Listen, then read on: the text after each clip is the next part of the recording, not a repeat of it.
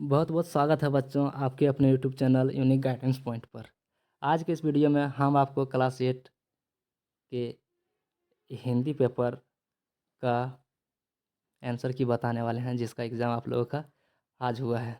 तो चलिए पेन और पेपर निकाल लीजिए और देखिए कि कितना प्रश्नों का आपने सही जवाब दिया है और कितना का गलत दिया है, और आप लोग का कितना सही है कमेंट में ज़रूर बताइएगा। तो चलिए आज के टॉपिक को शुरू करते हैं। तो आपका सबसे पहला क्वेश्चन है, यहाँ पे दिया हुआ है सबसे पहला क्वेश्चन है आपका कि गद्यांश को पढ़ना है और 1 से 5 तक के सभी प्रश्नों का उत्तर देना है। ठीक है, तो चलिए शुरू करते हैं। मनुष्य कैसी प्राणी है? तो मनुष्य कैसी प्राणी है, जब आपने पढ़ा होगा गद्यांश को तो आपका राइट आंसर क्या हो जाएगा? ऑप्शन ए आपका राइट आंसर हो जाएगा, सामाजिक। ठीक है, चलिए नेक्स्ट क्वेश्चन की ओर बढ़ते हैं। मनुष्य के जीवन के लिए क्या अनिवार्य है? तो मनुष्य के जीवन के लिए क्या अनिवार्य है? तो एकता का होना बहुत ही अनिवार्य है। ठीक है, चलिए नेक्स्ट क्वेश्चन की ओर बढ़ते हैं। समाज को खुशहाल बनाने के लिए किनमें एकता होनी चाहिए? तो किनमें एकता होना चाहिए? जाति में भी होना चाहिए, संप्रदाय में भी होना चाहिए, वर्गों में भी होना चाहिए, यानी कि ऑप्शन इसका डी राइट आंसर हो जाएगा। ठीक है, चलिए नेक्स्ट क्वेश्चन की ओर बढ़ते हैं। और आपका नेक्स्ट क्वेश्चन है, एकता ना होने पर किसके अंग टूटकर बिखर जाते हैं? तो किसके अंग टूटकर बिखर जाते हैं? तो जीवन के अंग टूट के बिखर जाते हैं। ठीक है, नेक्स्ट क्वेश्चन की ओर बढ़ते हैं। प्रस्तुत गद्यांश का उपयुक्त शीर्षक क्या होना चाहिए? तो इसका राइट आंसर क्या हो जाएगा? एकता के बारे में डिस्कस किया गया इसमें, तो आपका राइट आंसर हो जाएगा एकता का महत्व। ठीक है, चलिए नेक्स्ट क्वेश्चन की ओर बढ़ते हैं। यहाँ पे क्या करना है कि काव्यांश को पढ़ना है और 6 से 10 तक के सभी प्रश्न का सही उत्तर देना है। ठीक है, तो चलिए पढ़ते हैं। तो आपका पहला क्वेश्चन दिया है यहाँ कि कौन सा मौसम आया है? तो कौन सा मौसम आया है? तो पतंगों का मौसम आया है। किसका मौसम आया है? पतंगों का। चलिए राइट आंसर हो जाएगा आपका पतंगों का। आकाश में किन रंगों की पतंग है? तो किन किन रंगों की है? इंद्रधनुषी रंग का। किस रंग का है? इंद्रधनुषी रंग का है। ठीक है, चलिए पतंगों का राजा कहाँ है? तो पतंगों का जो राजा है आपका वो कहाँ है? नभ में है, आकाश में है। ठीक है, चलिए पतंगे किस ओर है? तो पतंगे किस ओर है? तो पतंग आपका चारों ओर है। कहाँ है? आपका राइट आंसर क्या हो जाएगा? पतंगे चारों ओर है। ठीक है, चलिए नेक्स्ट क्वेश्चन की ओर बढ़ते हैं। प्रस्तुत काव्यांश का उपयुक्त शीर्षक क्या होना चाहिए? क्या होगा? तो क्या होगा इसका? आपका राइट आंसर क्या हो जाएगा? तो हो जाएगा पतंगों का मौसम। ठीक है, चलिए नेक्स्ट क्वेश्चन की ओर बढ़ते हैं। आपका नेक्स्ट क्वेश्चन क्या है? नेक्स्ट क्वेश्चन है आपका 11 से 25 तक आपका क्या करना है? सही विकल्प को चुनना है। पराजय शब्द में उपसर्ग क्या होगा? तो पराजय शब्द में आपका उपसर्ग क्या हो जाएगा? परा हो जाएगा। ठीक है, चलिए नेक्स्ट क्वेश्चन की ओर बढ़ते हैं। ईक प्रत्यय से बना शब्द क्या है? तो ईक से कौन सा प्रत्यय बना है? तो आपका राइट आंसर क्या हो जाएगा? आपका राइट आंसर हो जाएगा ऐतिहासिक। ठीक है, ऐतिहासिक आपका राइट आंसर हो जाएगा। ठीक है, चलिए नेक्स्ट क्वेश्चन की ओर बढ़ते हैं। आपका क्वेश्चन है, उल्लेख शब्द का सही संधि विच्छेद क्या होगा? तो उल्लेख का संधि विच्छेद क्या हो जाएगा? उत प्लस लेख हो जाएगा। ठीक है, तो आपका राइट आंसर ऑप्शन बी हो जाएगा, यानी कि दूसरा हो जाएगा। ठीक है, चलिए नेक्स्ट क्वेश्चन की ओर बढ़ते हैं। माता पिता किस प्रकार का समास है? तो माता पिता जो आपका द्वंद्व समास है। किस प्रकार संबंध? द्वंद्व समास है। ठीक है, गायक का स्त्रीलिंग क्या होगा? तो गायक का स्त्रीलिंग हो जाएगा गायिका। क्या हो जाएगा? गायिका आपका राइट आंसर हो जाएगा। ठीक है, चलिए निम्न में से कौन बहुवचन है? तो बहुवचन आपका कौन सा हो जाएगा? बच्चे आपका बहुवचन हो जाएगा। ठीक है, अगर वीडियो आप लोग को अच्छा लग रहा होगा तो आप लोग सब्सक्राइब जरूर कर देंगे चैनल को। ठीक है, चलिए नेक्स्ट क्वेश्चन की ओर बढ़ते हैं। सही वर्तनी क्या होगा? तो सही वर्तनी इसमें से क्या हो जाएगा आपका? आपका सही वर्तनी हो जाएगा धर्म। क्या हो जाएगा? धर्म आपका सही आंसर हो जाएगा। ठीक है, चलिए नेक्स्ट क्वेश्चन की ओर बढ़ते हैं। शीश शब्द का तद्भव रूप क्या होगा? तो शीश जो है आपका शब्द, उसका क्या हो जाएगा? तद्भव रूप सिर हो जाएगा। क्या हो जाएगा? सिर आपका राइट आंसर होगा। ठीक है, चलिए नेक्स्ट क्वेश्चन की ओर बढ़ते हैं। निम्न में से कौन संख्यावाची विशेषण है? तो कौन सा हो जाएगा? देखिए इसमें तीसरी लिखा हुआ है, यानी कि संख्या है, इसलिए क्या हो जाएगा? संख्यावाची विशेषण हो जाएगा। ठीक है, चलिए नेक्स्ट क्वेश्चन की ओर बढ़ते हैं। जितोड़ मेहनत करना का मुहावरा का सही अर्थ क्या होगा? तो जितोड़ मेहनत का क्या हो जाएगा? आपका अथक परिश्रम करना, यानी कि बहुत ज़्यादा परिश्रम करना। ठीक है, चलिए नेक्स्ट क्वेश्चन की ओर बढ़ते हैं। संतोष का विलोम शब्द क्या होगा? तो आपका संतोष का विलोम क्या हो जाएगा? यह संतोष हो जाएगा। क्या हो जाएगा? यह संतोष आपका राइट आंसर होगा। ठीक है, चलिए 22 नंबर में आपका है व्यंजन वर्ण कौन सा है? तो व्यंजन वर्ण आपका क्या हो जाएगा? म होगा, वो व्यंजन वर्ण होगा, बाकी जो दिया है वो सब स्वर्ण वर्ण हो जाएंगे। ठीक है, चलिए यहाँ क्या है? लेटर दिया हुआ। ठीक है, इसका राइट आंसर आपको लिखना है। ठीक है, तो दिया है पूज्य पिताजी, यानी कि 23 नंबर में क्या होगा? यहाँ पे हम लोग लिखते हैं क्या?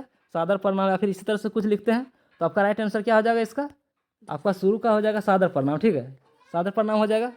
उसके बाद क्या क्या दिया है आपका, उसके बाद आपका देखिए 23 के बाद 24 में है आपका हार्दिक, यहाँ पे क्या हो जाएगा आपका 24 का आपका राइट आंसर हो जाएगा, आपका 24 का राइट आंसर हो जाएगा प्रसन्नता, ठीक है, बोलता है कि प्रसन्न है वो, ठीक है।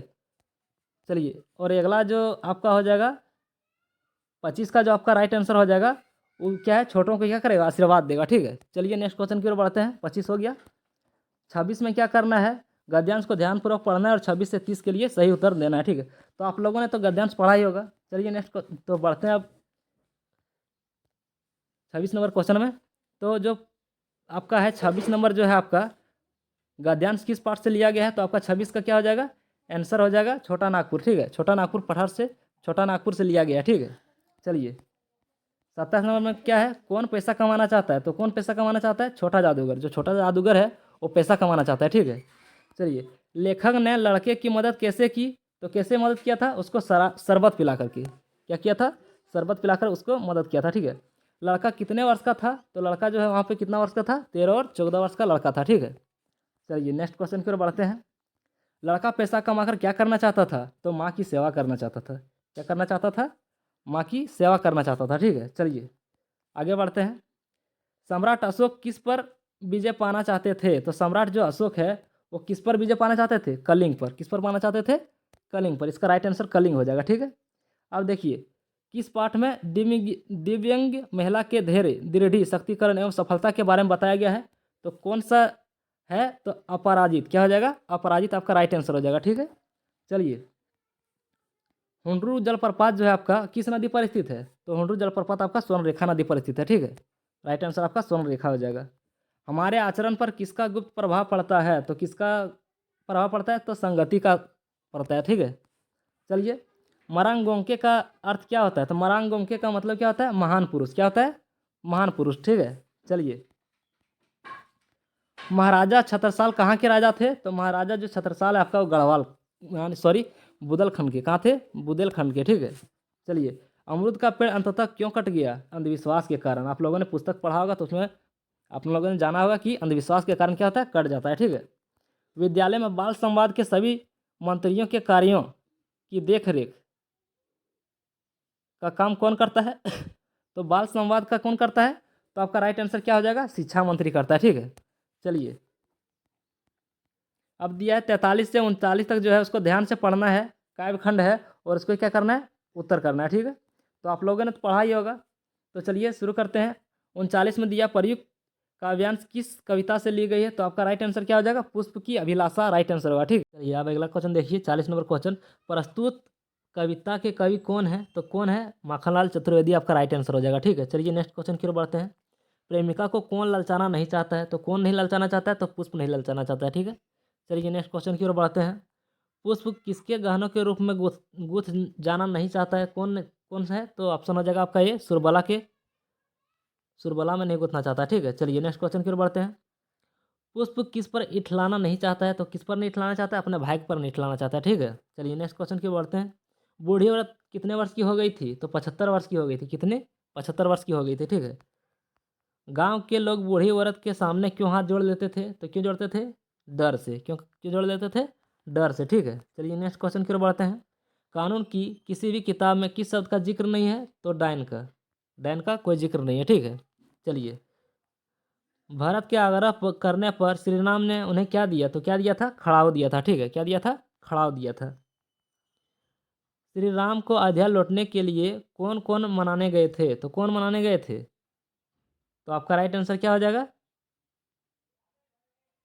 आपका राइट आंसर ये हो जाएगा, ठीक है। चलिए विकास के नाम पर प्रकृति के दोहन का चित्रण किस कविता में किया गया है, तो आपका राइट आंसर क्या हो जाएगा, बूढ़ी पृथ्वी का दुख, ठीक है। चलिए नेक्स्ट क्वेश्चन की ओर बढ़ते हैं। बूढ़ी पृथ्वी के दुख का क्या कारण है, तो क्या कारण है, तो आपका राइट आंसर क्या हो जाएगा, सभी हो जाएगा, ठीक है। सभी आपका राइट आंसर हो जाएगा, ऑप्शन 4 होगा, ठीक है। चलिए नेक्स्ट क्वेश्चन की ओर बढ़ते हैं। चलिए तो हिंदी में इतना ही था।